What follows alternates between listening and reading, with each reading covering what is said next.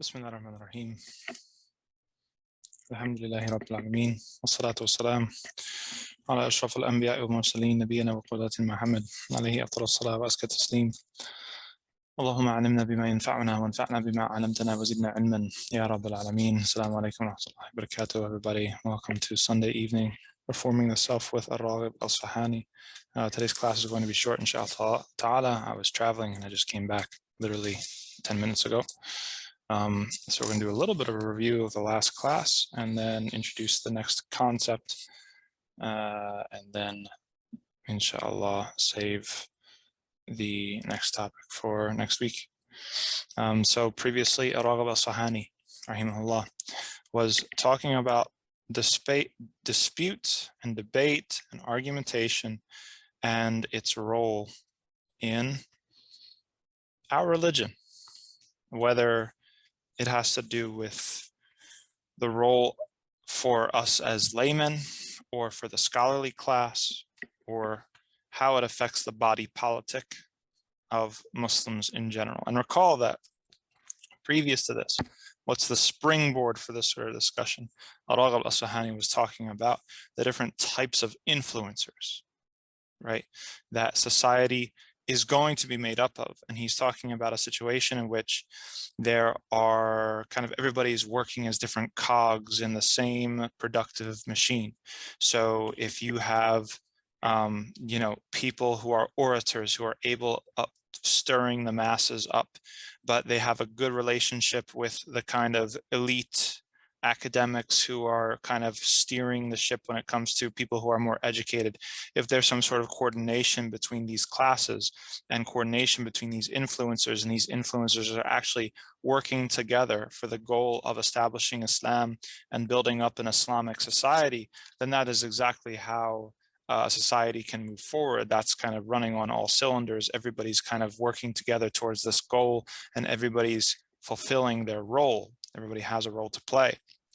And how it goes wrong is when people break off, first of all, and they do not coordinate with each other. So you have the orators over here. Today, it's like the social media influencers, people who have access to the masses.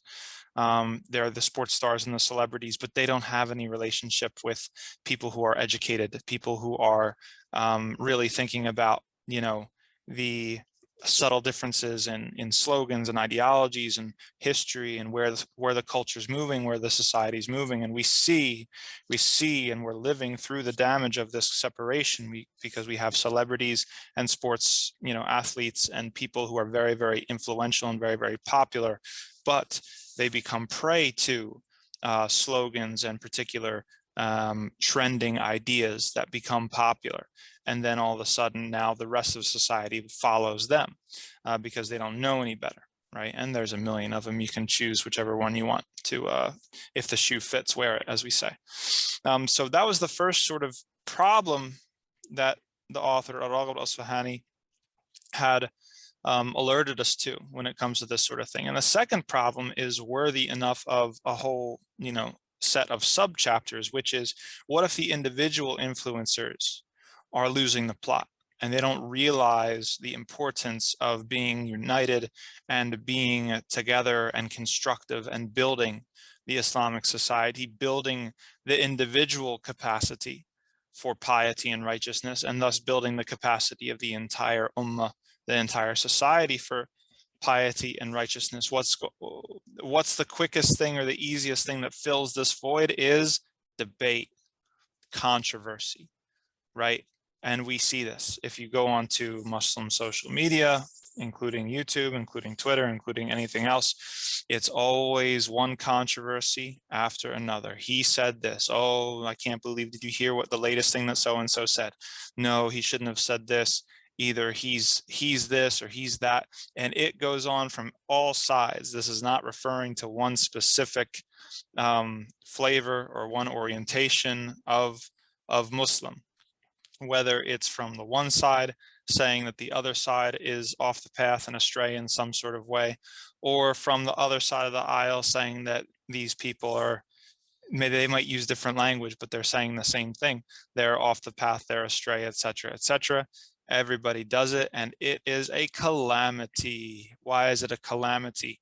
That's what Raghib Asfahani was trying to tell us.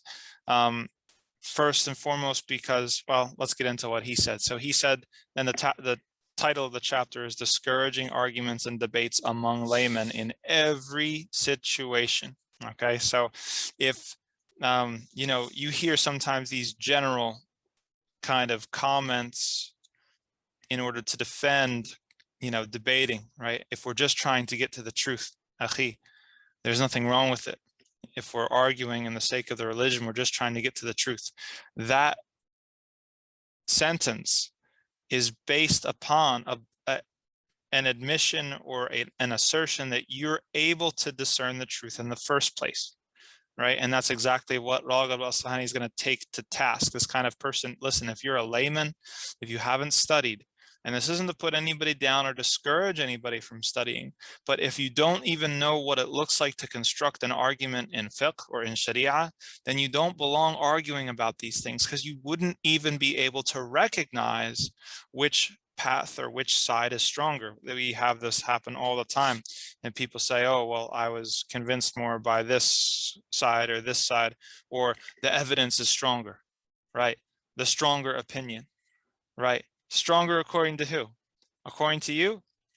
MashaAllah. And what education do you have that informed you or armed you with the ability to decide and determine and discern what was the stronger opinion, right? What are the types of evidence? You know, are they muttafaq alayh? Are they something that is completely agreed upon by all schools? Or is this something that some schools took issue with? How are you getting to your conclusion from the text? What is the level of probability or explicitness that text is supporting what you're saying? A lot of people, they're quick to cite an ayah or cite a hadith of the Prophet sallallahu alaihi wasallam, but they have not done the work, nor have they trained to be able to recognize how those units of evidence prove or disprove what they're trying to say, right? And so that's why Raghib Asfahani says this is all in reality an exercise in vanity and ego. Yes, yes, it is. If you're a lay person, if you have not studied, if you do not know usul al-fiqh, and this isn't just to get jargony, and it's not just to gatekeep, because I also criticize that as well, as everybody should know. But if you do not have the categories or the training to understand and evaluate the strength of an argument, then you don't belong arguing the thing in the first place. Basic. What's it going to do? It's only going to, as the author will say in just a bit, it's only going to distract you from things that are actually going to benefit your afterlife. And every single one of us should be concerned about what's benefiting our afterlife, and keen to be busying ourselves with what's going to benefit our afterlife. وَمَنْ خَفَّتْ مَوَازِينُهُ فَأُمُّهُ هَاوِيَةٌ.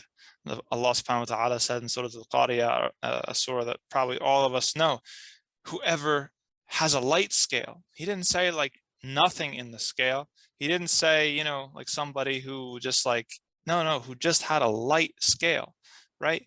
Do you want to be left with a light scale on the day of judgment? Of course you don't. So you should be busying yourself with that which benefits you. If you're not a scholar or you're not a student of knowledge, I'm talking about a real student of knowledge, not a kind of do-it-yourselfer, right? YouTuber student of knowledge, but somebody who has gone through an actual program, either in the US or abroad, you know, then that's not your way to get close to Allah subhanahu wa ta'ala. Your way is not through arguing these things or debating these things. Your way is through worship, or through community service, or through cleaning the masjid, or through connecting with the youth, or through visiting people who are shut in at their home, or through helping people with their groceries, financing if you have money. Any of the aspects of worship that you have available to you, the author's telling you, if you're not this particular trained class, then arguing and debating is not an avenue for you to achieve Allah subhanahu wa ta'ala's pleasure and to benefit yourself in the afterlife. It is really just it's going to only result in enmity and ego. And that's because it's extremely hard. It's extremely hard once someone has put down their name on a position or on a statement, it's very hard for that person to retract it. Especially, it was always hard for that person to retract it, even more so in the days of YouTube, in the days of webcams and live streams and everything like that. And we ask Allah subhanahu wa ta'ala to keep us sincere and keep us humble and keep us, give us the ability to accept the truth when it comes to us, and to not just be in the business of defending ourselves and what we said yesterday and defending our brand, etc., etc. And Raghib Asfahani uses very colorful language to talk about kind of what a calamity it is when the layman or people who are not trained are allowed to engage in these sorts of debates. He says that it's similar to letting loose demons. He says that it's similar to knocking down the wall that holds, Yajuj and Majuj, Gog and Magog, right? And the reason why, as he says, is because, listen, most average people don't understand, the basic Muslim doesn't understand that there are satanic forces that are waiting for you to start an argument, to start a debate, to get involved in some sort of thing that's above your pay grade. They're waiting to make you feel offended by something that somebody says in the course of an argument. They're waiting for you to suggest that you overstate your familiarity with an issue, or overstate your study of an issue, or overstate your confidence in a certain conclusion. And it's a minefield. Entering into religious debate, no matter who you are, and the author is going to say it in a second, but especially if you're not trained, it's like walking through a minefield with a blindfold. And that's not the author's example, that's my example, because there's so many traps and pitfalls of the devil that are trying to snare you when it comes to your ego, when it comes to your sense of self, when it comes to your self-image, and when it comes to how we interpret the things that other people say. And all you have to do is spend 10 minutes in the comment section on Facebook or Twitter to see this play out in action. And then Raghib Asfahani, he's like, if you're not convinced by this point, then know that many, many, many of the scholars, perhaps the majority of them, are of the opinion that it's disliked even for scholars to debate and argue this sort of thing. And so if that's the situation for even people who are qualified, because it's so treacherous, it's so treacherous to the soul to even enter into the arena of debate or argumentation, etc., that even the majority, perhaps many certainly, of scholars said that it's disliked for a scholar to even argue and debate. And so if that's the case for a scholar, somebody who has received training to understand what is a valid argument and what is not a valid argument, what is a strong argument and what is a weaker argument, then what about for somebody without that training, even more so? And then he brings the ayah when Allah subhanahu wa ta'ala says to argue or to respond to things with that which is better, right? Argue by that which is better. And so Raghib Asfahani said the best thing, or the better thing in this case, is not to argue at all. And then he leaves us with what we had said previously, that in reality, what's going on is that this does not do anything. It doesn't result in finding the truth. It doesn't result in a more elevated state of consciousness or awareness, right? It simply results in enmity, right? You leave the discussion and now you're kind of just like, oh, I'm going to go home and these were the points of his argument and I have to disprove him. And he said this, and what did he mean? Was he kind of insulting my kind of intelligence or how much I read, or, the scholars I listen to, right? That happens a lot. He offended, he doesn't believe in my scholar. He doesn't believe, he doesn't take Abu Hanifa at his word, or he doesn't take Sheikh Saleh Ibn Uthaymeen at his word, right? And so now all these sorts of things happen. So Raghib Asfahani is very, very strict against this. And this was something that we saw in Medina, that some of the mashayikh were very, very strict against this.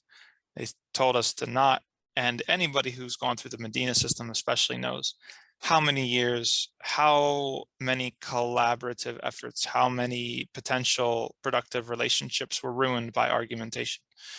It's just not the way of it. And there's means, right? probably the worst thing to do is to get on a camera with somebody. I have me on the camera and I put someone right next to me, and yeah, he's going to take this position and I take a different position. And now we've got a live audience. And so each of us wants to win over the live audience and convince them and, you know, get more likes. Oh, somebody checked out my channel because I did a better job in the debate or something like that. And that's the absolute worst. There are conditions or techniques that can be done in order to try to make a dialogue sincere.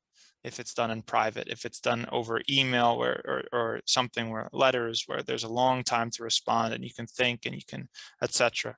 And it is possible to do. Imam Shafi'i, rahimahullah, he's famous for saying that he never debated anybody except that he sincerely wished that his adversary was correct, right? And that if there is such a thing as permissible debate among scholars, not amongst people who aren't trained, then that's what it should look like. It should look like, you know, you wanting to be right, or you wanting, excuse me, your adversary, better your interlocutor, to be right, but you simply don't understand, and so you're asking questions in order to better understand their position. And if something doesn't add up at the end of the day, then it's almost accidental. It's not your point. You're not going out to try to disprove or disgrace the person. You see all these videos and all these, you know, texts like so-and-so humiliated and smashed and all these sort of tabloid, you know, titles and language. And, you know, perhaps maybe when it comes to debating particular provocative non-Muslims, that might have a time and a place. But when it comes to between Muslims, people of the Qibla, people of Salah, you know, people whose khilaf is sa'ir, people who, you know, have ulama behind them and adillah behind them from the Quran, from the Sunnah, you know, accepted things, and this type of language I don't believe is appropriate, and Allah subhanahu wa ta'ala knows best. The next several chapters, and we'll just give a brief kind of intro to these before closing it down for today, and then we'll go into them more deeply next week, inshallah ta'ala. Raghib Asfahani is going to focus on why do people disagree in the first place, right? Some people, and I can speak from experience because coming from a non-Muslim background and then accepting Islam and then studying, you know, many people, they are kind of attracted to Islam because of its simplicity. And we can compare Islam's simplicity, say, to Christianity or to Hinduism or to any sort of system where there is kind of this multitudinous sphere of divine beings, especially Christianity with the orthodox understanding of homeostasis and personhood, and somehow, you know, Jesus is God, but not the Father, and he exists in homeostasis and has two persons and all this sort of stuff. The average person who's hears the stuff says, this is insane, this doesn't make any sense. And so the simplicity of the call of Tawheed resonates with so many people. No, there's only one God, and we worship that one God. And anything else that exists is dependent upon that one God. And so it doesn't make any sense to petition or to worship or to have devotion to any of those creatures who are dependent upon God, when we would straight go to the source. I remember one time, one of my Catholic relatives, they were like, you know, when I lose something, I pray to Saint Anthony, right? Who's supposed to be the, you know, the quote unquote patron saint of if you lose things, right? And it's like, okay, who did Saint Anthony pray to if he lost something, right? I doubt he prayed to himself, right? He relied on somebody else. And everybody, if you keep following up the chain, okay, maybe he relied on someone and someone, they all rely on Allah subhanahu wa ta'ala.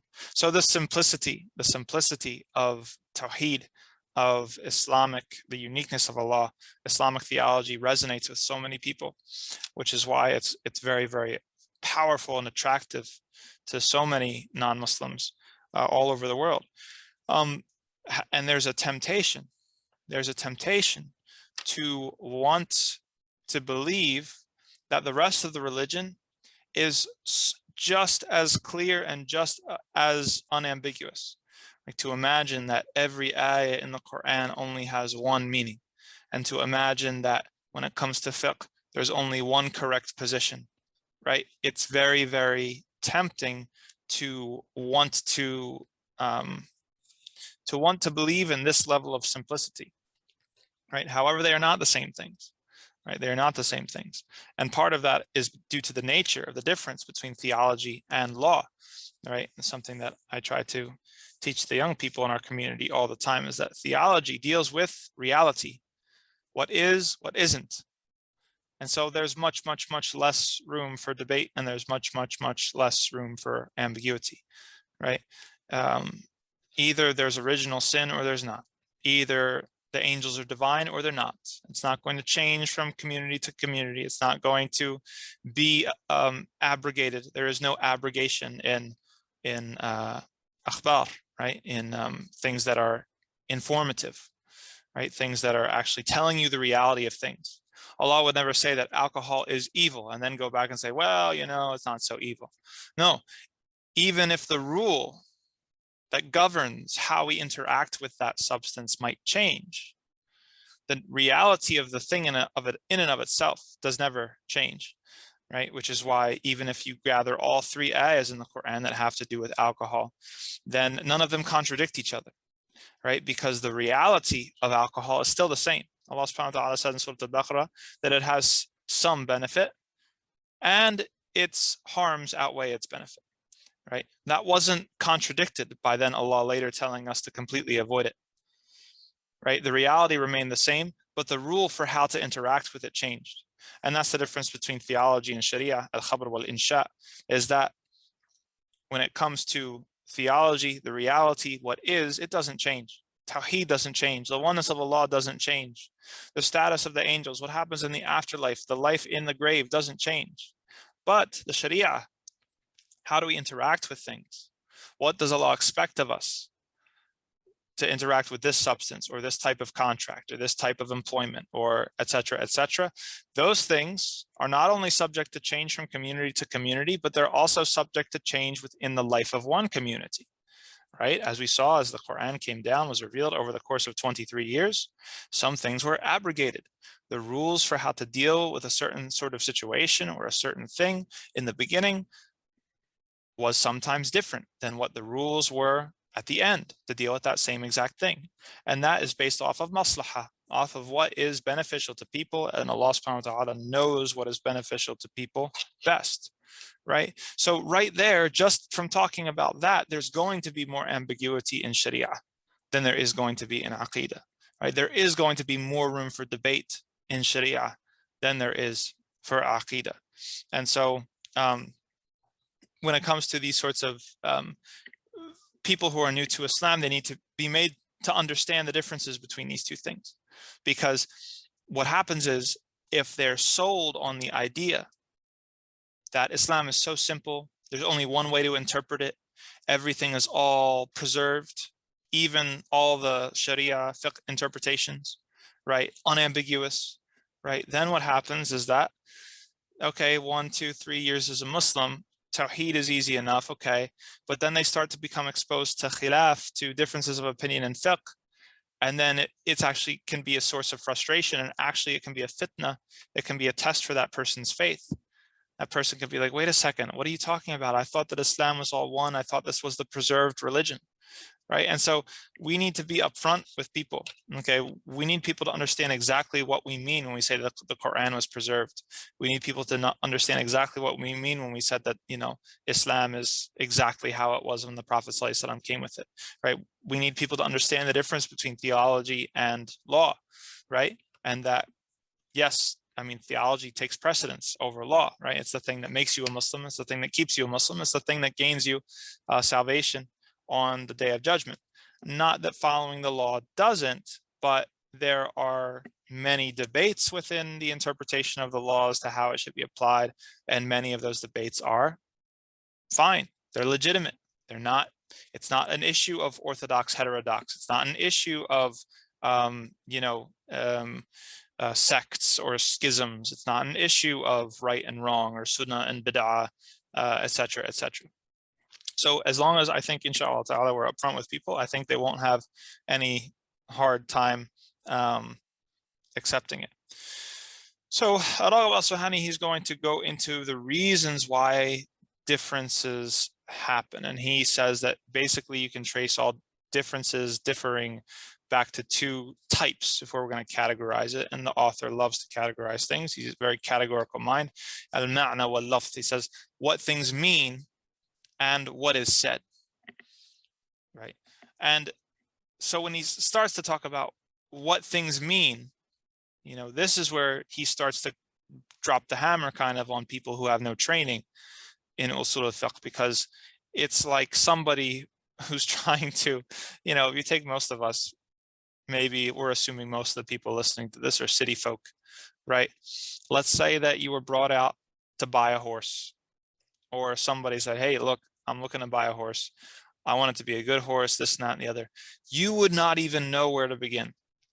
The types of horses, how to tell a healthy horse from a not healthy horse, how to tell a strong one, the type of horse that you want for the particular type of application that you're looking for, whether he's pulling a plow or running a race, or, you know, just to, you know, take the kids around, like whatever.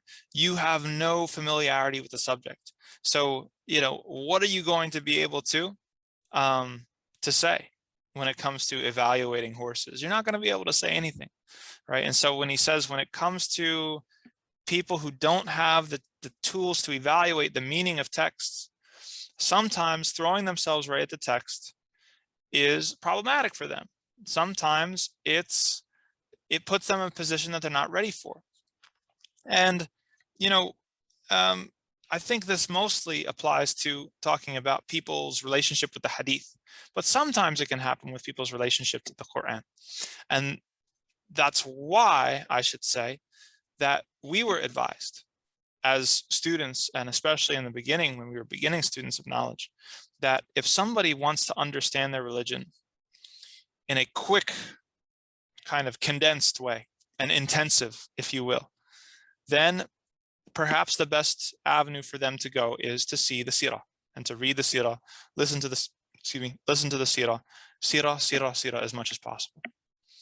Why?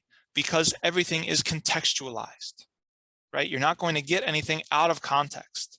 If you read the Quran, it's true that it's possible that you could come across something that is out of context for you. You don't understand what Allah is referring to, either in the life of the Prophet Muhammad ﷺ that he was responding to or sending guidance for, or you might not understand the application, the true application and meaning of that verse. You might not understand that it's specified or circumscribed by another verse later on in the same chapter or somewhere else in the Quran, right? And this happens when, you know, you see non-Muslims try to pick up the Quran and they find the one little verse, you know, it's like, look, Muslims are, you know, bloodthirsty, that kill the, you know, the kuffar, or wherever you find them, right? And it's like, well, okay, that might be what it says within the brackets that you collected, but finish the verse, right? And if they stop fighting, then stop fighting, right? Or that's what are you thinking that this is meaning? You know, this is actually responding to a very specific situation, which doesn't mean that the ruling is only applicable to that one situation in all of history, and that's it. It's not just an ancient story, but it means that if we're going to apply that to a situation today, that it has to match that situation, right? And so this is kind of an antidote against this sort of reading. And this happens probably less with the Quran and much more with the hadith, right? Because the hadith, with the hadith, I'll say this, with the Quran, Allah subhanahu wa ta'ala is directly speaking to you and directly speaking to me. But with the hadith, the compilers of the hadith, right? Al-Bukhari and Muslim, Ahmed, you know, An-Nasa'i, Tirmidhi, Abu Dawood, right? And more, Ibn Hibban, right? Ibn Khuzaymah, and etc., etc., etc. Most, if not all, of the hadith books were not compiled to be read by average Muslims. They were compiled for the scholarly class. They weren't, the authors didn't intend that their books would sit, you know, on the shelves in masjids just for anybody to pick off the shelf and crack open and read, right? If they knew that that was going to be how they were used, they would have probably done things a little bit differently. Because for the uninitiated person, you know, there are whole, you know, things that are completely left unexplained, other hadith that apply or abrogate or restrict or etc. The hadith that you're reading. And so it's much, much easier to misinterpret a book of hadith, opening up, trying to read it from beginning to end, unless you're going through it with somebody who has studied, and understands, so that when they studied it from a sheikh or from one of the books of the mashayikh, classical books, like a Nawawi or anybody else, that they've gone through it and they know that this hadith says this, and yes, there's other hadith on that subject and they say this and this and this, right? Or there's other riwayat of the same hadith that shifts a little bit our understanding of what seems to be apparent from this hadith. And so it all comes back to knowing your role and staying in your lane, right? Very, very popular, concept or thing to say these days, but it is true. It describes a reality that lay people, if they want to understand the religion, they need somebody to break it down for them, whether it's an imam, whether it's a book, whether it's somebody who's reputable on YouTube, right? It's just to stop people from going right to the source, not to control them and not to cut them off from the tradition, but just to be humble and realistic about how much we're benefiting and how much we're able to understand from directly ingesting that tradition, and to use our limited time on this earth in an efficient and productive way, instead of just wasting our time kind of splashing and floundering around in something that isn't really benefiting us at the end of the day. Wallahu subhanahu wa ta'ala knows better. And that's not to say, I'm the last person, and I will just say this once more before concluding this class. I am the last person to try to gatekeep. I can't stand gatekeeping. I can't stand, certain people within the scholarly classes, or even more prevalent within the class of students of knowledge, who are constantly trying to make things seem so difficult and so incomprehensible that it's basically, you might as well not even try. Or saying, well, you can't do anything unless this sheikh, approves it, or, well, that's not what the scholars say, right? Well, whose scholars are we talking about, right? You see anybody who just throws around the scholars all the time, and is trying to shape your impression of the religion and your understanding of things, then, ask yourself, how much of an exposure does this individual have to the scholars? Which scholars? How many scholars? Where do they live? There's scholars everywhere. There's scholars in Africa. There's scholars in America. Yes, there are. There's scholars in Asia. There's scholars in Europe. There's scholars on every continent. And chances are, the one individual who's telling you the scholars, they probably only have the 5 to 10 people in mind, if that they're familiar with.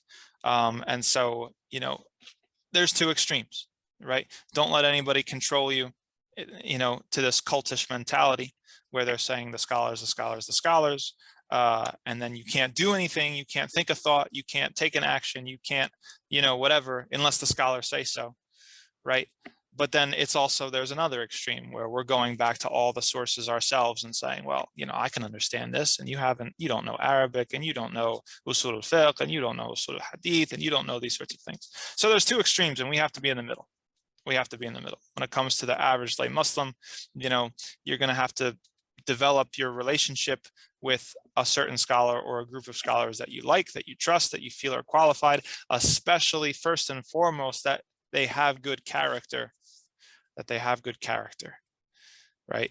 Because if you have someone who is very knowledgeable, but they are arrogant, then you are going to catch their arrogance, and all the knowledge that you learned might be a hujjah, a proof against you on the day of judgment, and not something for you. And we ask Allah to protect us from that. Okay, that's the end of this class, inshallah ta'ala. Next time we'll talk more about Raghib Asfahani's reflections on why people differ when it comes to the religion in the first place. What are the different causes for that, and what should we do about that? Wallahu ta'ala a'lam. Assalamu alaikum wa rahmatullahi wa barakatuh.